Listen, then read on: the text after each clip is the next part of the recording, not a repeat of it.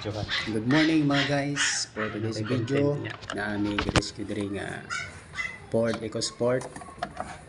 Yung problema niya is lobat ng battery niya ayaw na umandar. Voice record ka lang ito. Kaya rescue kami yan. Dito kami sa sa record na lang. Bohol S, Kulaba, Piliran. So karong nga video magbisaya sa takay taga Piliran naman ta. Bisaya at Tagalog. So galing kami ng Nabal, duman kami sa cross country papunta dito sa Kulaba. Medyo isang oras yung biyahe, dipintipod sa dagan sa motor. Walang sa ka-oras yung biyahe dipintipod siguro mga 80 mong dagan o dali lang ka maabot, siguro mo dagan na siguro mga 45 minutes ang imong maabot dito sa Kulaba. So karon nagtanggal ni sa baterya ni na sakyanan. Muna siya ikasagaran sa mga Ford. Daghag Tagalonol. Magatrabahoso nga kuan sakyanan. Sapay nakakabar sa iyang battery. Sapay mga cover o kanang ihang computer box.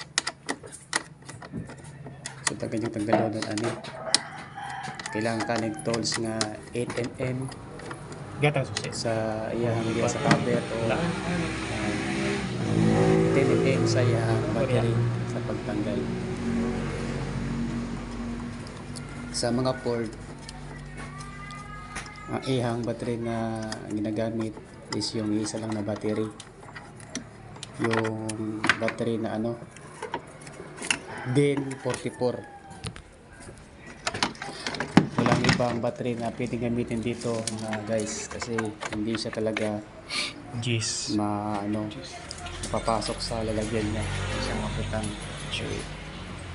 Nakadesign na sakyanan sa DIN 44 na battery. So ito nagpalit na ang may-ari nito ng battery sa Tacloban, pero yung binigay sa kanya hindi kasya, diba? Imbis na DIN 44, ang binigay sa kanya is N50. Kaya sinauli sa tindahan sa Tacloban para mapalitan ng saktong battery. So ngayon ito na yung pinalitan namin. Kay katong pangyari na mo, dili man mo napilit ng battery. Sayang ang Ano sa samanta? Gisto? yung gasto. Mas mahal ang gasto ni ma'am dito kasi pinalik pa yung battery, tapos siya pa bumili doon. Kaya madoble na yung gasto ni ma'am. Kaya ngayon binalikan namin. Ito na yun, binalikan namin yung battery niya. Ito kasi yung sakyan is 2017 ang model. So pagbili namin ito isikat na, kaya 2017 hanggang ngayon 2024. So 7 years na yung battery nito, hindi pa napapalitan, kaya nag-drain na siya, hindi na siya maandar.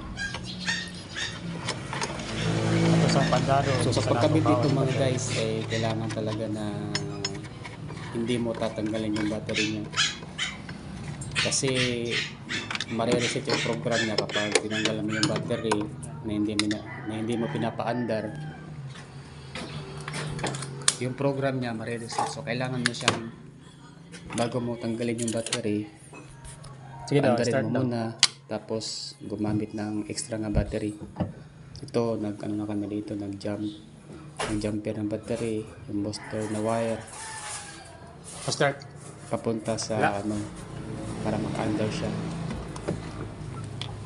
Kumakain mo. So yan, pinapaandar namin yan. Sige.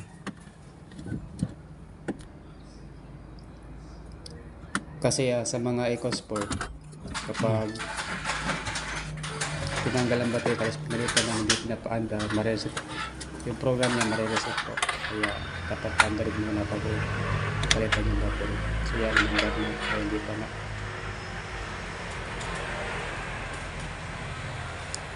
So dyan mga guys, nagdala kami ng extra na battery kasi baka yung nabili ng battery ni ma'am is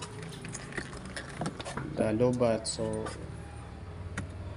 may lang na extra na battery para suitable ba kalisod ng mag-rescue na pili update ang dala. So yan, nandang na siya mga guys,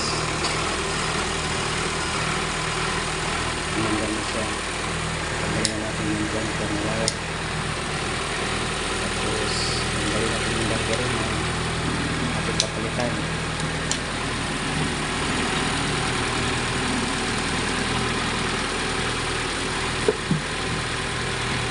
Ganyan lang, guys, ng cord o sport.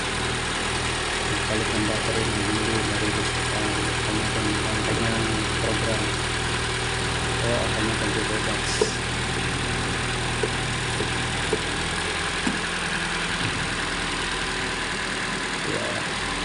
Bago kayo magpalit ng battery, paandarin nyo na magamit ang mga battery.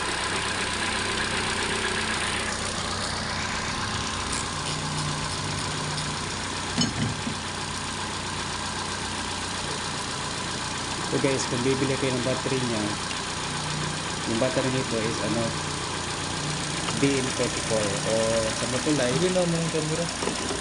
45 LB in 1. Yung number niya. Kung bibili mo kayo sa mga tindahan, dapat tignan nyo muna yung battery kung sakto ba yung binigay sa inyo,